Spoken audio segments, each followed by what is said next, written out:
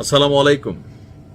সম্ভবত ইয়ানাফসি করার দিন চলে আসছে, কারণ পরিস্থিতি যা তৈরি হয়েছে, আমাদের সরকারের বিভিন্ন গুরুত্বপূর্ণ ব্যক্তিরা বা এনসিপির অত্যন্ত গুরুত্বপূর্ণ নেতারা অথবা জুলাই আগস্ট যে অভ্যুত্থান হয়েছে সেই অভ্যুত্থানের যারা নায়ক ছিলেন তারা এখন যে সকল তথ্য দিচ্ছেন, তো স্বাভাবিকভাবে মানুষের মধ্যে ভয় কাজ করছে।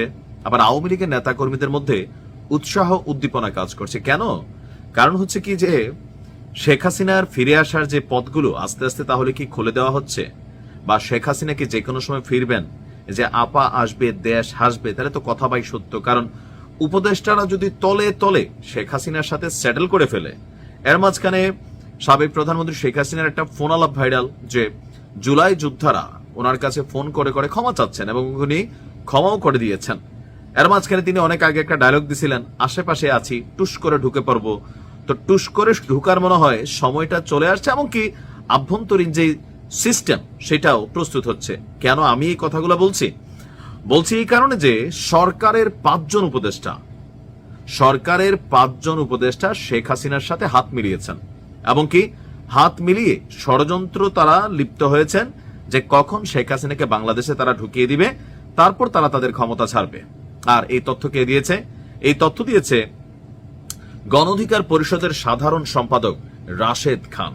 আজকে রাজধানীর ঐকমত্য কমিশনের বৈঠক শেষে সাংবাদিকদের এই অভিযোগ করেছেন রাশেদের বক্তব্য, আমাদের আজকের আলোচনায় মনে হয়েছে আমরা যেন নতুন করে আলোচনা শুরু করেছি, অথচ আজ চূড়ান্ত সিদ্ধান্ত আসার কথা ছিল। শেখ হাসিনার সাথে 5 জন উপদেষ্টা হাত মিলিয়েছে এবং তারা ষড়যন্ত্রে লিপ্ত হয়েছেন। আজকের আলোচনা দেখে মনে হচ্ছে আমরাও যেন শেখ হাসিনার সাথে হাত মিলিয়ে ফেলেছি।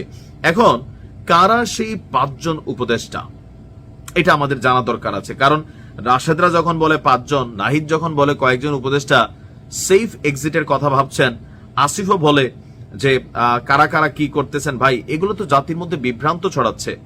তা আপনারাই আন্দোলনের প্রথম সারির নায়ক ছিলেন, আপনারাই তলে তলে ক্ষমতা নিলেন, আপনারাই টাকা পয়সা কামাইলেন, লুটপাট করলেন, আপনারা নিয়োগ বাণিজ্য করলেন, আবার দেশের এই দুর্দিনে এখন আপনারাই বলতেছেন যে শেখ হাসিনার সাথে উপদেষ্টারা হাত মিলিয়ে ফেলতেছে।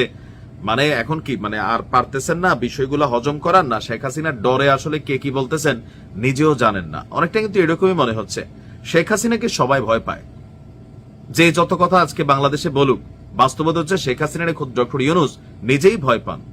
আর যদি কখনো শেখ হাসিনা বাংলাদেশে ঢুকেই যায়, এরপরের পরিস্থিতি কি হবে এটা আমার থেকে আপনারা আরো ভালো বোঝেন। এখন এই যে আলোচনা শেখ হাসিনার প্রত্যাবর্তন বা সামহাও এই যে কথাবার্তাগুলা নতুন করে আলোচনায় কিন্তু স্থান পেয়েছে। আমাদের উপদেষ্টারা জুলাই যোদ্ধারা তলে তলে আওয়ামী লীগের সাথে সেটেল করছে, কেউ বিএনপির সাথে সেটেল করছে।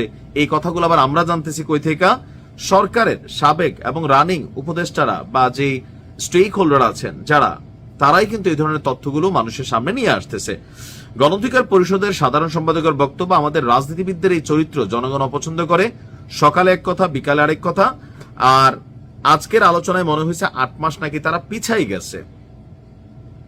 এখন আসলে ভেতরে কি হচ্ছে, যা বলা হচ্ছে তাকে আসলেই শুধু বলার জন্য বলা, নাকি ভেতরে ভেতরে আসলেই?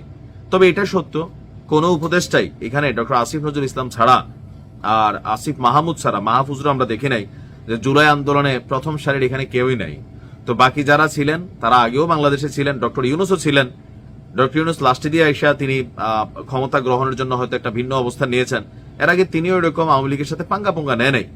তো স্বাভাবিকভাবে কখনো আওয়ামী লীগের ঢুকার সুযোগ হলে বা পরিস্থিতি এরকম হলে এই সব উপদেষ্টারা শেখ হাসিনার কাছে মাফি চাবে, এটাই বাস্তব।